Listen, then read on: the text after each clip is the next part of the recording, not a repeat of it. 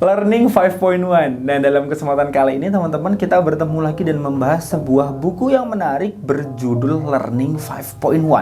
Artinya buku ini membahas tentang belajar industri 5.1. Apa itu industri 5.1? Jadi industri yang nanti prediksi kedepannya itu bakal terjadi itu bagaimana begitulah.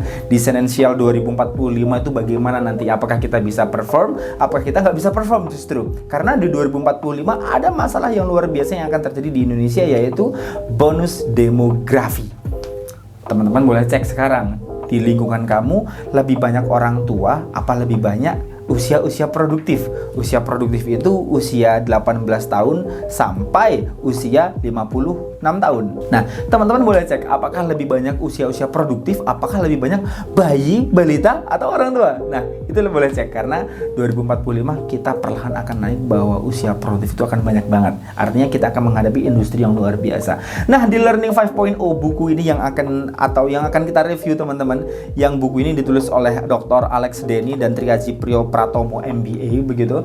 Teman-teman, pada hakikatnya sebenarnya kita ini belajar. Buku ini membahas tentang belajar. Nah, menariknya pertanyaan dari saya adalah kapan kita belajar? Pada saat apa kita belajar? Dan sejak kapan kita belajar? Dan hal apa yang harus kita pelajari supaya itu tepat buat diri kita? Oke, itu yang perlu kita ketahui teman-teman semuanya. Jadi ketika membaca buku, yang saya bayangkan adalah apa yang harus saya lakukan seperti buku ini, begitu. Cocok nggak sih sebenarnya? Nah, itu yang saya pikirkan ketika membaca buku imajiner di kepala saya itu begitu teman-teman. Nah, poin pertama di sini adalah what is learning. Apa itu learning? Learning adalah belajar, proses kita menerima informasi, dan ternyata bukan hanya menerima. Karena kalau menerima, kita itu banyak banget menerima informasi setiap harinya. Apalagi di era industri informasi saat ini gitu. Di era sekarang begitu. Karena gampang banget kita nerima informasi begitu. Kita scroll reels banyak banget. Kita scroll short banyak banget. TikTok apalagi banyak banget informasi yang dapat di kepala kita. Tapi sebenarnya apakah kita sedang belajar? Proses belajar adalah ketika kita fokus dengan satu hal, di mana hal yang kita lihat itu menjadi sebuah advice, sebuah masukan, sebuah pembelajaran buat kita. Oh, ternyata ini dan ada perbaikan. Ternyata itu learning. Nah, sejak kapan sebenarnya kita belajar? Apakah kita belajar sejak SD? Oh, enggak. Mungkin kamu ada yang TK. Apakah kali kita belajar sejak kita TK? Oh, enggak. Mungkin ada yang teman-teman kelas umur 3 tahun, 2 tahun sudah mulai les piano begitu ya dengan orang tuanya. Apakah kita belajar dari umur 3 tahun, 2 tahun? No. Mungkin umur 1 tahun kita sudah belajar jalan. Jadi, kapan kita belajar? Apakah umur 3 bulan kita belajar tengkurap?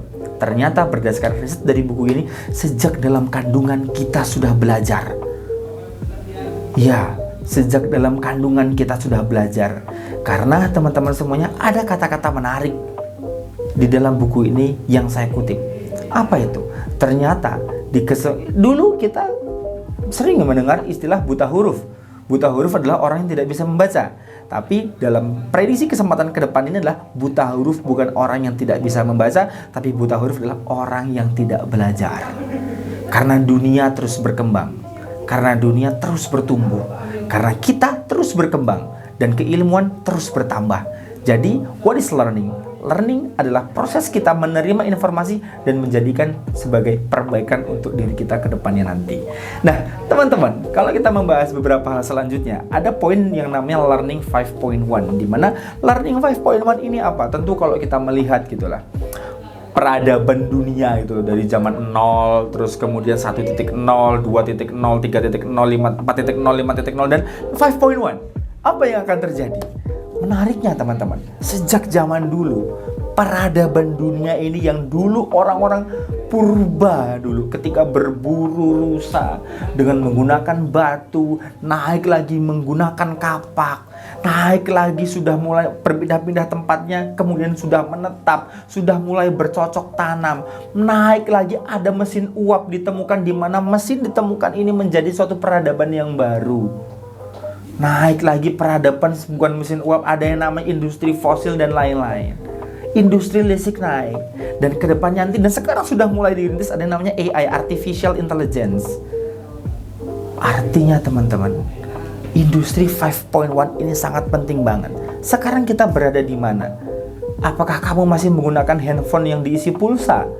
Apakah kamu masih menggunakan motor mobil yang diisi bensin? Kedepannya nanti tidak. Sekarang sudah banyak banget perubahan teman-teman. Hyundai, Tesla, Wuling, banyak banget yang sudah menggunakan kendaraan listrik. Bahkan salah satu produsen sekarang Tesla lah, katakanlah Tesla teman-teman, meluncurkan sebuah inovasi handphone, P-phone, di mana handphone ini bisa mengakses internet di mana aja, tanpa pulsa, tanpa internet yang kayak kita sekarang. Kayak mana caranya? Menggunakan satelit. Nah, bayangkan kalau kita tidak bisa mengimbangi sebuah peradaban, apa yang akan terjadi di dalam diri kita? Teman-teman tentu ingat kisah Nokia, di mana Nokia dulu sangat jaya. Ketika saya kecil ada HP 1202, 1220, 1280 begitu. Ada Nokia E63 begitu, ada Nokia, banyak banget HP Nokia yang bentuknya ketupat dan lain-lain. Sangat inovatif sekali dan sangat banyak banget. Tapi semakin kesini Nokia mempertahankan identitinya. Kemudian dan tidak mengimbangi peradaban. Dengan Android, dengan Windows, dengan Android, dengan iOS dan lain-lainnya. Akhirnya apa? Tenggelam. Nokia tenggelam. Ada satu kata-kata menarik dari Elon Musk teman-teman semuanya tentang belajar. Bagaimana sebenarnya cara belajar yang paling efektif? Ternyata menjawab pertanyaan itu bukan yang paling utama. Ternyata hal yang paling susah di dunia adalah cara menemukan pertanyaan yang tepat. Nah, belajarlah menemukan pertanyaan yang tepat dulu, baru menjawabnya. Itu kata Elon Musk, bukan kata saya. Terus bagaimana caranya kita bisa menemukan pertanyaan yang tepat dan kemudian kita bisa menjawabnya dan itu menjadi tepat buat kita dan kita mengimbangi peradaban? Gimana caranya? Maka caranya adalah temukan dari titik dasarnya. Temukan dari titik dasarnya, asbabun nuzulnya lah istilahnya. Oke, temukan hal itu. Contoh nih, industri Grab, industri Gojek, kemudian ada lagi yang anggaplah Uber begitu. Kenapa dia melakukan ini? Industri transportasi online. Apa yang paling penting dari industri transportasi online? Industri transportasi online yang paling penting adalah perpindahan penumpang dari titik A ke titik B.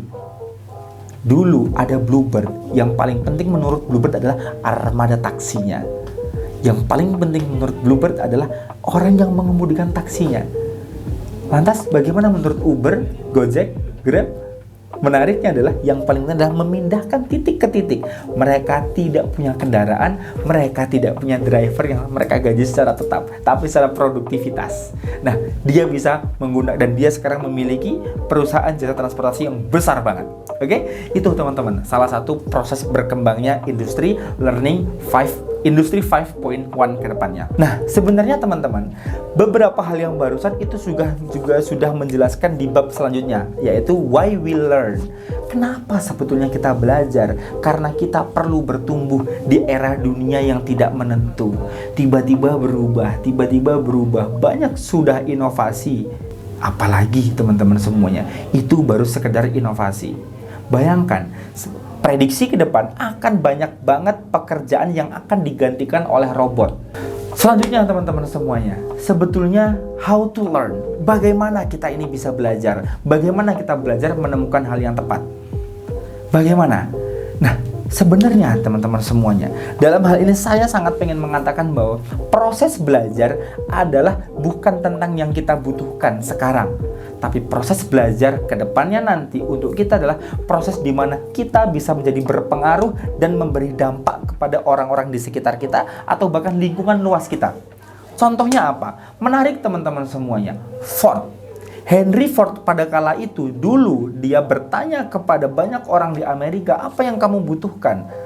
Yang saya butuhkan, kata orang-orang Amerika dulu, yang saya butuhkan adalah kuda. Yang saya butuhkan adalah kuda yang sangat cepat untuk mengangkut padi saya, gandum saya. Yang saya butuhkan adalah kuda yang sangat kuat untuk saya kendarai dan mengangkut banyak barang. Yang saya butuhkan adalah kuda yang tidak perlu makan, supaya saya tidak repot-repot mencari rumput untuk kuda saya. Kalau Henry Ford belajar hanya tentang itu, maka dia akan memelihara kuda. Tapi menariknya, apa dia memelihara kuda? Menariknya, dia menciptakan sebuah mobil. Inilah teman-teman proses belajar. Banyak orang yang berspekulasi atau berbicara bahwa belajarlah di luar kotak. Thinking of the box. Mikirlah di luar kotakmu. Ada yang bilang bahwa udah mikir saja di dalam kotak, karena kalau kamu menguasai kotakmu, maka kamu akan menjadi spesialis. Gimana menurutmu? Apakah video ini bermanfaat? Apakah video yang lain bermanfaat? Kedepannya akan banyak banget video-video yang akan kita kirimkan tentang pengembangan diri, tentang potensi diri, dan tentang bagaimana cara mengupgrade diri teman-teman semuanya. Jika memang bermanfaat, boleh kirim video ini ke teman-teman kamu, subscribe supaya kamu dapat notifikasinya, dan like supaya kita juga semangat buat kontennya.